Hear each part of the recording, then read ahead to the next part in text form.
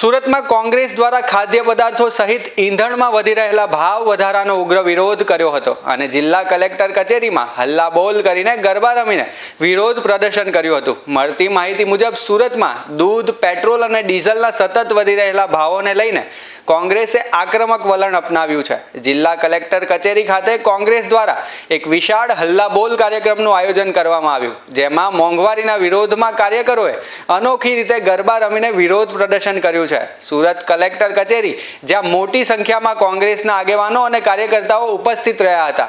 દૂધ અને ઈંધણના ભાવમાં ઝીકાયેલા અસહ્ય વધારા સામે કાર્યકરોએ કચેરી ગજવી મૂકી હતી। સામાન્ય રીતે નવરાત્રીમાં રમાતા ગરબા આજે કલેક્ટર કચેરીના કમ્પાઉન્ડમાં મોંઘવારી સામેના એક હથિયાર તરીકે જોવા મળ્યા હતા। હલ્લાબોલના નારા સાથે ગરબે ઘૂમીને કોંગ્રેસે સરકારની નીતિઓ સામે ઉગ્ર વિરોધ ઠાલવ્યો હતો। ગરબા અને સૂત્રોચ્ચારના વિરોધ પ્રદર્શન બાદ કોંગ્રેસના પ્રતિનિધિ મંડળે જિલ્લા કલેક્ટરને આવેદનપત્ર આપ્યું હતું।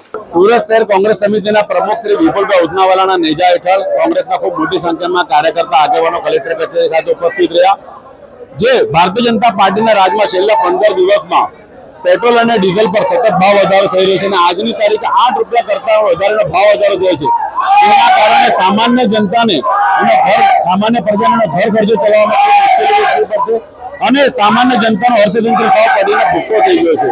લોકોની આવક કરતાનો ખર્ચો બમણો થઈ ગયો છે। ટ્રાન્સપોર્ટેશન ખર્ચો વધશે, એના કારણે લોકોનું અર્થતંત્ર સાવ પડી બાંધશે।